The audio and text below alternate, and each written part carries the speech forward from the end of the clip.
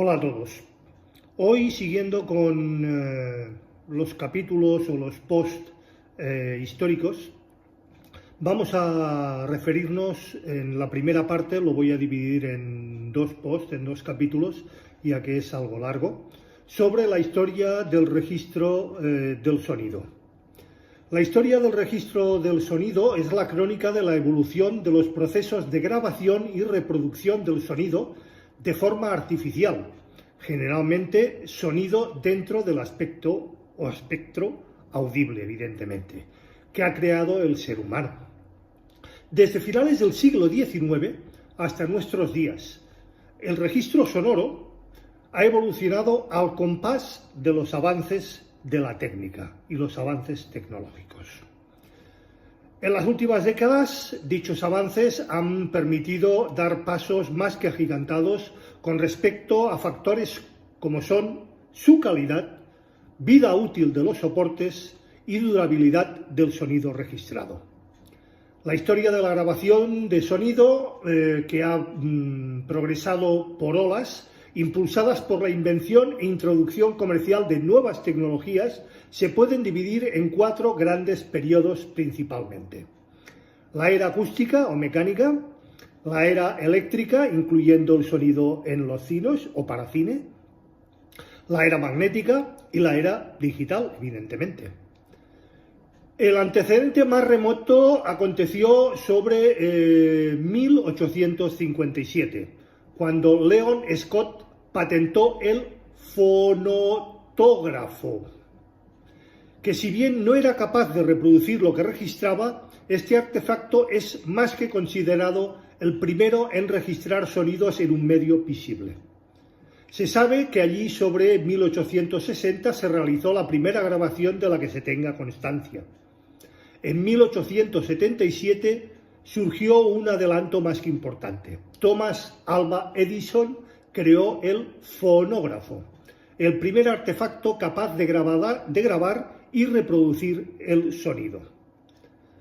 Poco después apareció el fonógrafo, fomógrafo,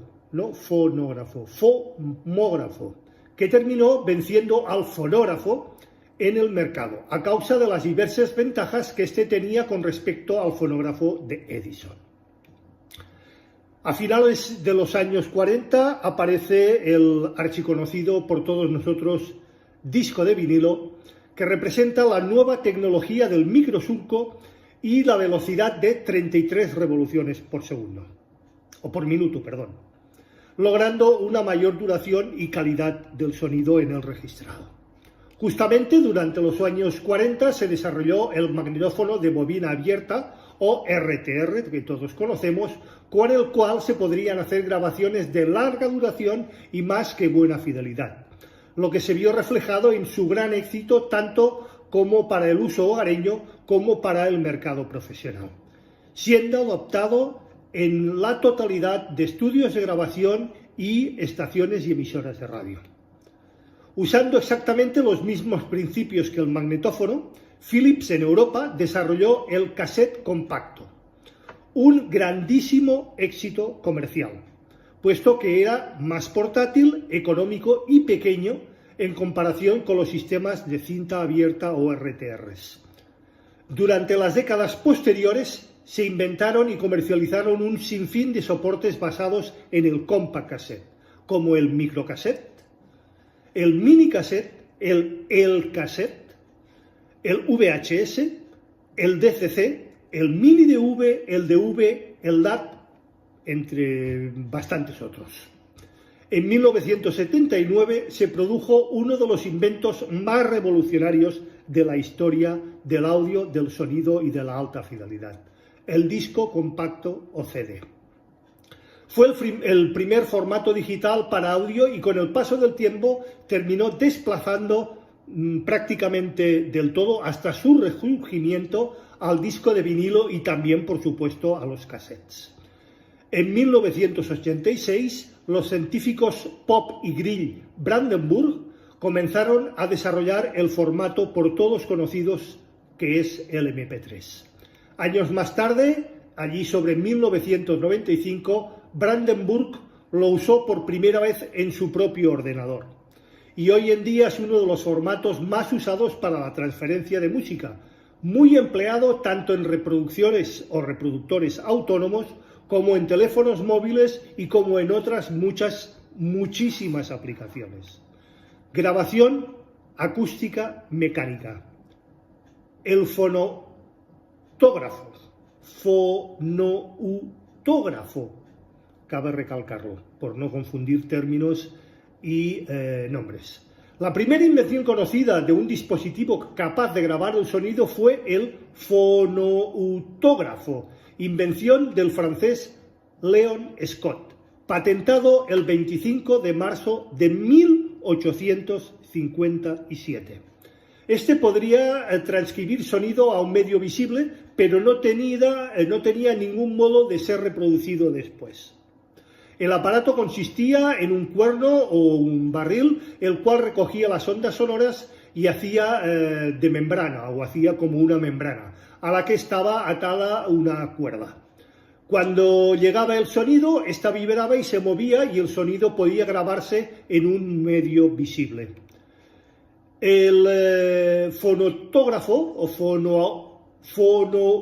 fonautógrafo era considerado como una curiosidad de laboratorio para el estudio propio de la acústica y de sus características.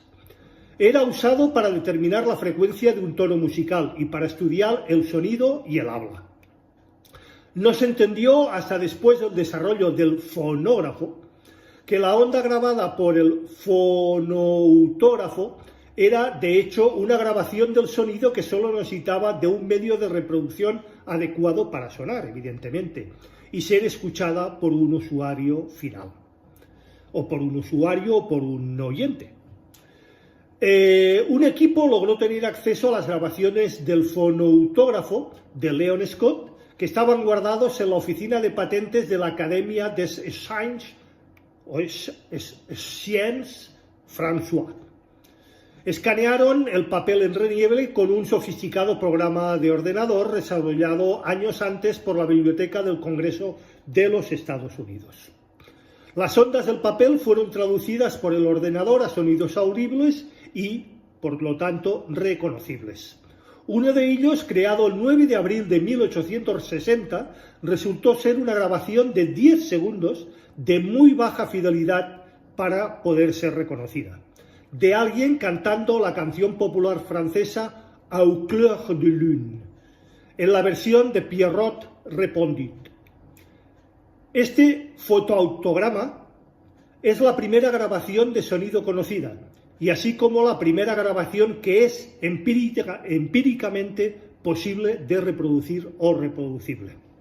Muy anterior a la grabación de un reloj parlante de Frank Lambert y a la de un concierto de George Friedrich Händel realizada por la compañía Edison, que datan de aproximadamente 2-3 décadas después, respectivamente. Ya en 2008, estudiosos de la historia del sonido estadounidense lograron reproducir por primera vez el sonido grabado por el dichoso fonautógrafo. Fonógrafo y gramófono. El inventor estadounidense Thomas Alva Edison anunció la invención de su primer fonógrafo el 21 de noviembre de 1877. Mostró su dispositivo por primera vez 8 días después. Lo patentó el 19 de febrero de 1878. También al poco tiempo patentó el megáfono. Al principio se utilizaron cilindros de cartón recubiertos de papel de estaño y posteriormente se probó con cartón parafinado, para que finalmente aparezca en 1890 el cilindro por todo conocido de cera macizo, que terminó siendo el medio consolidado de dicho invento. El cilindro de cera era de mayor calidad y durabilidad, de ahí su éxito comercial. El fonógrafo utiliza un sistema de grabación mecánica, totalmente mecánica, en el cual las ondas sonoras que pueden ser producidas por la voz u otros medios son transformadas en vibraciones y estas en un surco trazado de forma vertical al que más tarde se le pasará una aguja y la misma recogerá las vibraciones en un cilindro del fonógrafo. El fonógrafo, a diferencia del fonoutógrafo, del cual no se podían reproducir sus grabaciones, fue el primero que pudo tanto grabar como reproducir dichos sonidos. Este aparato en un principio era popular, conocido como la máquina parlante, del inglés The Talking Machine. Un alemán radicado en Estados Unidos de nombre Emil Berliner inventó en 1887 y patentó en 1888 el gramófono. Este nuevo artefacto e invento se trataba de un plato giratorio, un brazo, una aguja o púa con una bocina y un motor de cuerda al cual giraba a aproximadamente 80 revoluciones por minuto. Ya nos empieza a sonar. Al principio los fonógrafos usaban motores a cuerda, los cuales no eran capaces de controlar la velocidad constante de aproximadamente 80-78 revoluciones por minuto. No hasta la llegada de los motores síncronos, evidentemente. En principio no hubo una velocidad universal aceptada por todos, y las diferentes empresas fabricaban discos que funcionaban a diferentes velocidades. Un auténtico caos. Sin embargo, las principales compañías discográficas finalmente acordaron un estándar de facto de 78 revoluciones por minuto.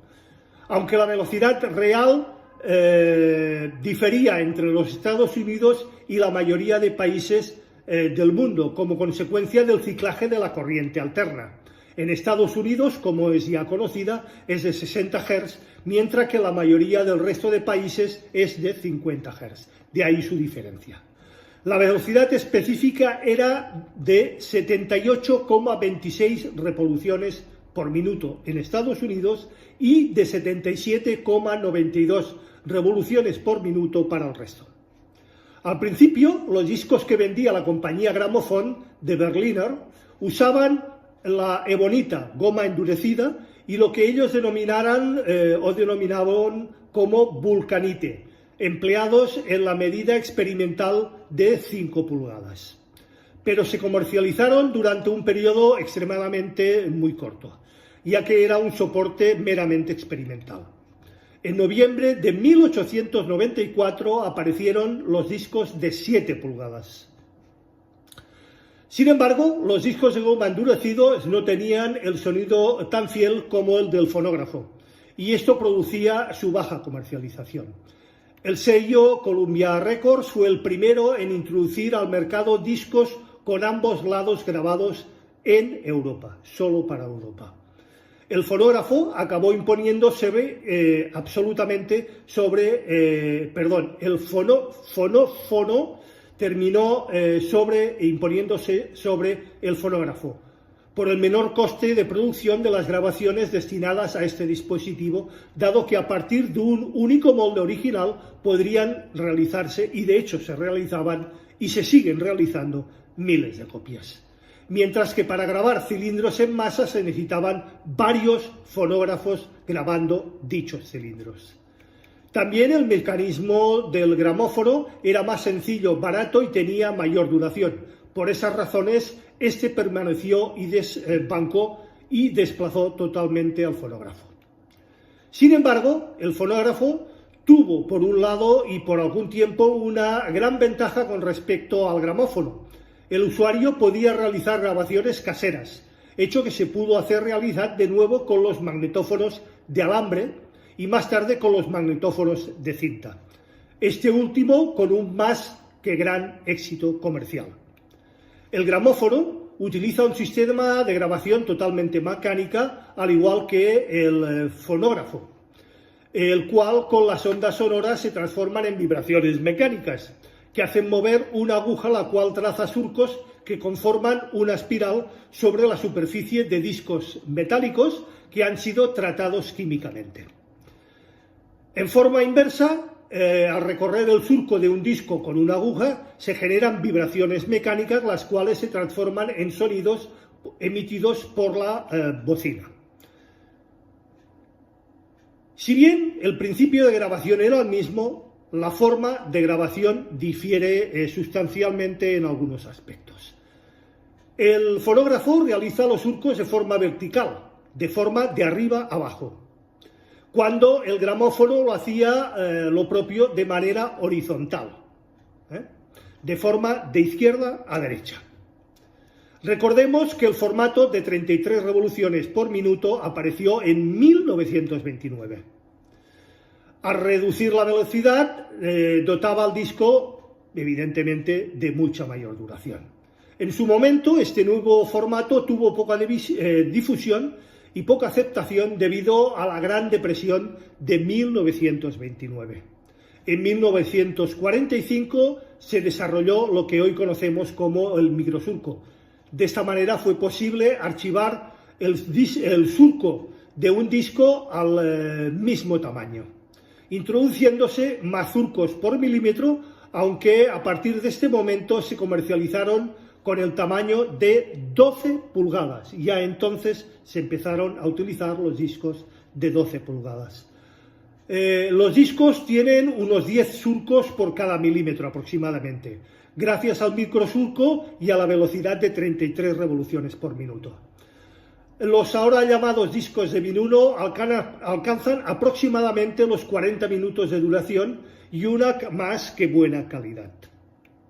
Aproximadamente en 1934 aparecieron los discos que hoy conocemos como discos de acetato. Estos permitían una grabación rápida, la cual no necesita de ningún tratamiento químico, ni anterior ni posterior. Su principal inconveniente es que era solo que duraban unos 5 o 6 reproducciones. En los Estados Unidos se dio por obsoleto el antiguo formato de 78 revoluciones por minuto, allí sobre el año 1959. Este formato tardó 30 años en ser superado por el 33 revoluciones por minuto que ya hemos comentado y visto. El problema había sido que dicho formato se había desarrollado, como ya hemos mencionado, en la época de la crisis de 1929. Las complicaciones, o más que complicaciones económicas del momento, dificultaban en gran medida la compra de nuevos equipos para la reproducción de disco por parte del gran público. Y a su vez era difícil la manufactura de estos aparatos y su compra era realmente muy difícil. Pasemos a la grabación eléctrica. En 1925 los discos se empezaron a grabar de forma eléctrica, sustituyendo al sistema mecánico vigente hasta ese momento. Tocadiscos. Ya he comentado ampliamente en otro post sobre sus diferentes tecnologías, ventajas e inconvenientes. Os recomiendo que lo veáis. El tocadiscos apareció por primera vez en 1925, justo cuando aparecen los primeros amplificadores a válvulas. También hemos hablado de ellos, y de su historia y de su evolución. También recomiendo su visionado. El tocadiscos está constituido por un plato giradiscos que rota por tracción eléctrica o por tracción electromecánica, los que son de polea o de transmisión por goma, y un brazo cuya punta está dotada de una aguja que es sensible a las vibraciones producidas cuando ésta recorre el surco del vinilo. Las vibraciones se transforman en una señal eléctrica mediante la cápsula, en principio utilizando un efecto piezoeléctrico, las llamadas cápsulas cerámicas, y más tarde mediante la cápsula magnética con una bobina e imán en su interior entregaban una señal más débil pero de mayor o ampliamente mayor fidelidad. La salida de la cápsula va evidentemente a un amplificador, el cual mostrará lo registrado en el disco a través de los altavoces conectados al mismo. Las cápsulas magnéticas necesitaban evidentemente de un preamplificador adicional con la correspondiente corrección, entre ellas las diferentes que también vimos en un post y la más que conocida corrección RIA. Para tener el control del volumen de la reproducción, mantener y manejar los sonidos graves y agudos, el plato constantemente gira a 33 revoluciones por minuto, logrando una mejor calidad, evitándose el efecto de lloro. El sello estadounidense RCA Victor publicó los primeros sencillos en febrero de 1945 con una velocidad distinta, la conocida como 45 revoluciones por minuto, y en discos en lugar de 12 pulgadas en 7 pulgadas de diámetro. Además, los nuevos discos tenían un agujero en el centro más grande para obligar a los usuarios a tener que comprar tocadiscos con este nuevo sistema. Unos meses después, sobre el 4 de abril del citado año, Capitol Records comenzó a publicar también sus sencillos en 45 revoluciones por minuto. Este artefacto se convertiría en el sistema reproductor de sonido más longevo y que se sigue utilizando todavía en la actualidad. En 1950 aparecen los llamados combinados, generalmente tocadiscos con radio. En 1958 se empezaron a publicar los primeros discos en estéreos. Hablaremos en un siguiente post sobre la historia del estéreo. Medios para la grabación. Transductores. Un factor elemental para el registro del sonido son los transductores electroacústicos, aunque en la época de los fonógrafos y gramófonos aún no eran muy requeridos por el medio, ya que estos aparatos eran puramente acústicos. No obstante, los transductores sí eran requeridos en el campo de la radiodifusión y de la telefonía. Precisamente en este último campo, Alexander Graham Bell patentó en 1876 el primer equipo para transmitir sonido de un sitio a otro, el archiconocido teléfono. Gracias a este invento se lograron importantes avances tanto en micrófonos como en altavoces, como en el resto de tecnología latente y patente para la transmisión, registro y reproducción del sonido a través de los sistemas telefónicos. La Bell Telephone Company había adquirido los prototipos y la patente del micrófono del alemán Emil Berliner. Otro alemán, Ernst Siemens, en 1877 patentó el primer altavoz. El año siguiente fue inventado el micrófono de carbón por David Edgar Hughes. En 1970, Juan Bertagni inventó lo que se llama el plano sonoro, un nuevo tipo de altavoz que, además de ser más compacto que los tradicionales, permitía un sonido más omnidireccional.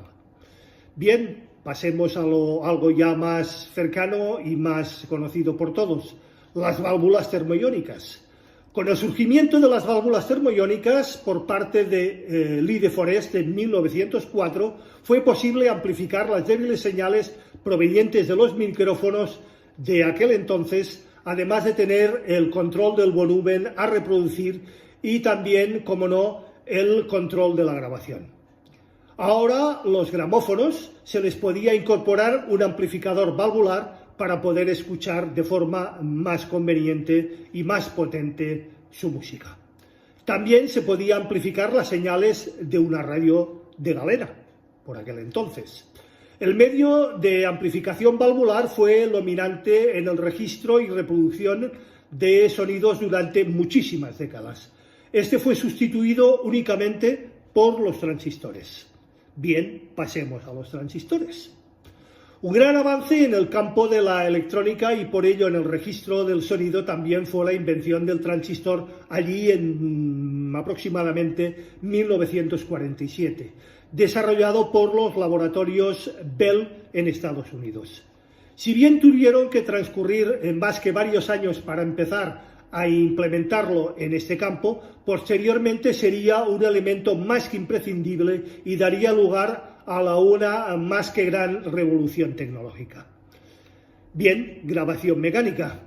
Cuando Thomas Edison patentó el fonógrafo en 1878, como hemos mencionado, el sistema de grabación magnético se empezaba a gestar, siendo Oberlin Smith el primero en realizar experimentos con el registro magnético.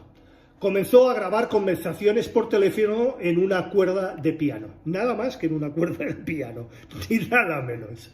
Este proyecto quedó estancado, ya que la tecnología electrónica no estaba lo suficientemente desarrollada como para amplificar las débiles corrientes que producían el campo magnético grabado. Sin embargo, Smith siguió experimentando con un artefacto parecido al fonógrafo llamado telegráfono. Smith publicó allí sobre 1888 un artículo relacionado con esto en la revista The Electrical World.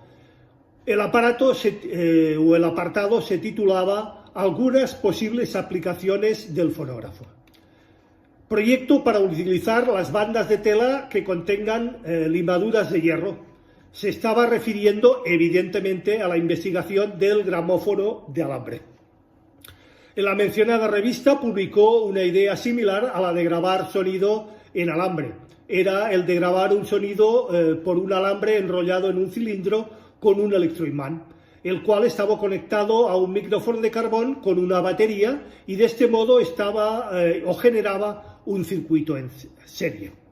Su funcionamiento era similar a la del fonógrafo, pero este era más eléctrico que acústico.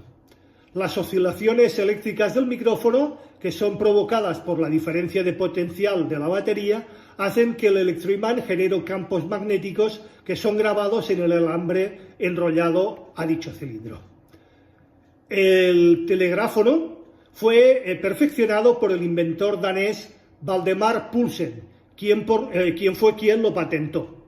El invento fue expuesto la primera vez durante la Exposición Universal de París de 1900, lo que despertó la curiosidad de muchos de los que lo vieron y de los visitantes a la feria. Poulsen perfeccionó el invento allí sobre 1903, al introducir la polarización por campo continuo.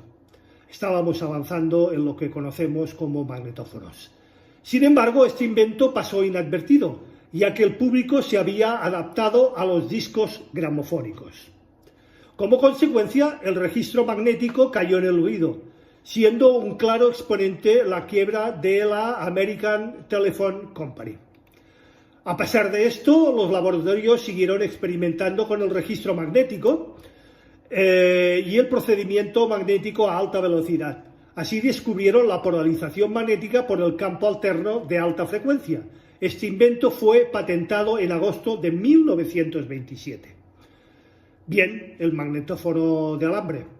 En 1911, con un simple invento del Guy de Forest, el tubo audición o audión, más tarde desarrollado y conocido como tríodo, fue posible amplificar estos campos magnéticos y hacer más que una realidad el magnetófono de alambre, el primer sistema magnético realmente de audio.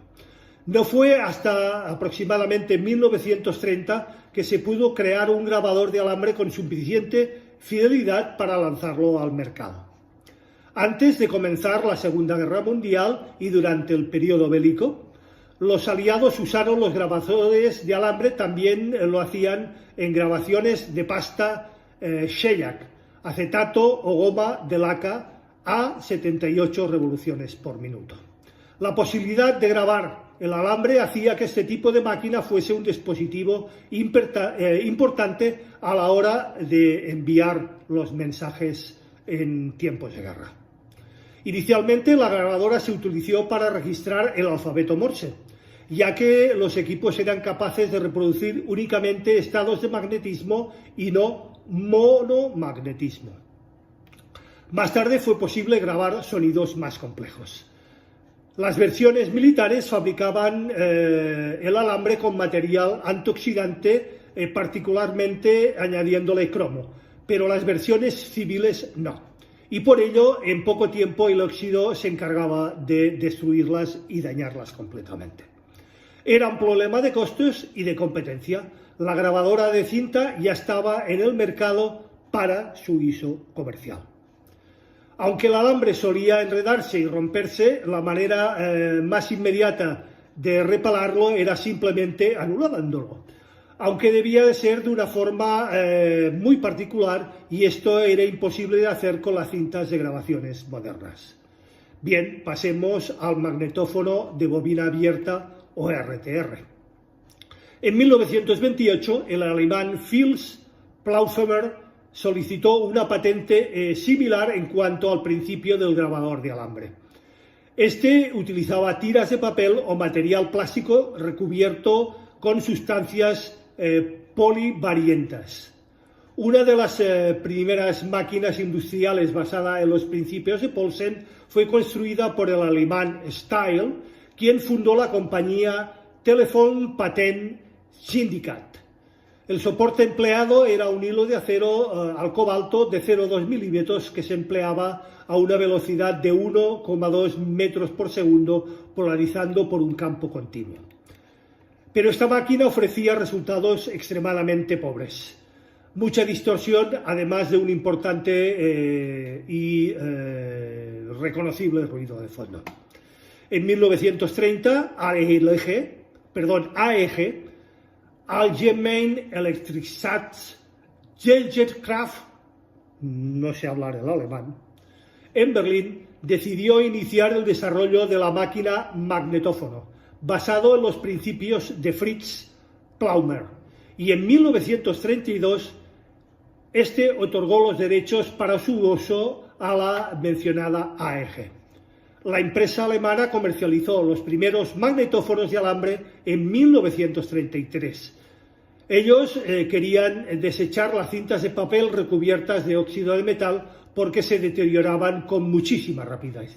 Por ello se asoció con la firma química alemana IG Frank-Industrien, IG Flambe, filial de la multinacional química y superconocida alemana BASF, Verditch, Anilin und Soda Fabrik. Insisto, no sé hablar alemán. Para desarrollar una cinta de forma más que conveniente y de forma apropiada. Estas cintas plásticas eran mucho más ligeras que las anteriores de papel sólido, lo que permitió que se fabricaran magnetófonos mucho más pequeños y menos costosos. La cinta constaba de una lámina de acetato de celulosa como material de soporte, recubierto a su vez por una laca de óxido de hierro como pigmento magnético y acetato de celulosa como emulsionante o multinante. La empresa BASF en 1934 ya había producido unos 50.000 metros de este nuevo tipo de cinta. El magnetófono K1, desarrollado por Telefunken AEG, y la cinta magnética manufacturada por BASF fueron presentados al público por primera vez en 1935 en la Exposición Radiotécnica de Berlín. En 1936 el juzgado de Alemania canceló la patente de Plaushammer, puesto que su idea era recubrir una cinta con polvo de hierro que se había patentado anteriormente por Waldemar Paulsen en 1898 y en 1899, por lo que Paulsen se descartó como el inventor de la grabación magnética. El magnetófono K1, como hemos mencionado, fue el primer modelo en sustituir el alambre de acero por la cinta de acetato de celulosa. Al año siguiente, los ingenieros de BASF registraron la sinfonía número 39 de Wolfgang Amadeus Mozart durante la visita a Alemania de la Orquesta Filarmónica de Londres, con más que buenos resultados en dicha grabación. Paralelamente, el 23 de noviembre de 1934, un inventor argentino, Fernando Crudo, patentó el fotoliftófono, un sistema de registro sonoro que grababa y reproducía sonido en papel imprenta, con la intención de facilitar y a muy bajo costo el acceso de la grabación al público y a la música reproducida. Este invento fue el primer en utilizar el tipo óptico analógico. El invento fue presentado en varias ciudades de Europa, despertando un gran interés en lugares como por ejemplo Londres. La compañía inglesa Marconi se fusionó con Steel, lo que generó la creación de la Marconi Steel en 1934, destinado mucho después a ser la BBC.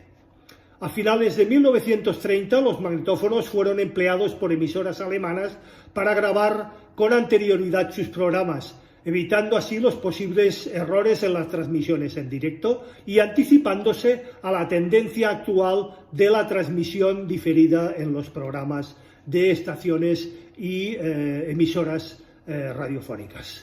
La aparición del magnetófono supuso una auténtica revolución técnica en el ámbito de la radiodifusión, pues permitía, además de la captación de los sonidos, su inmediata reproducción.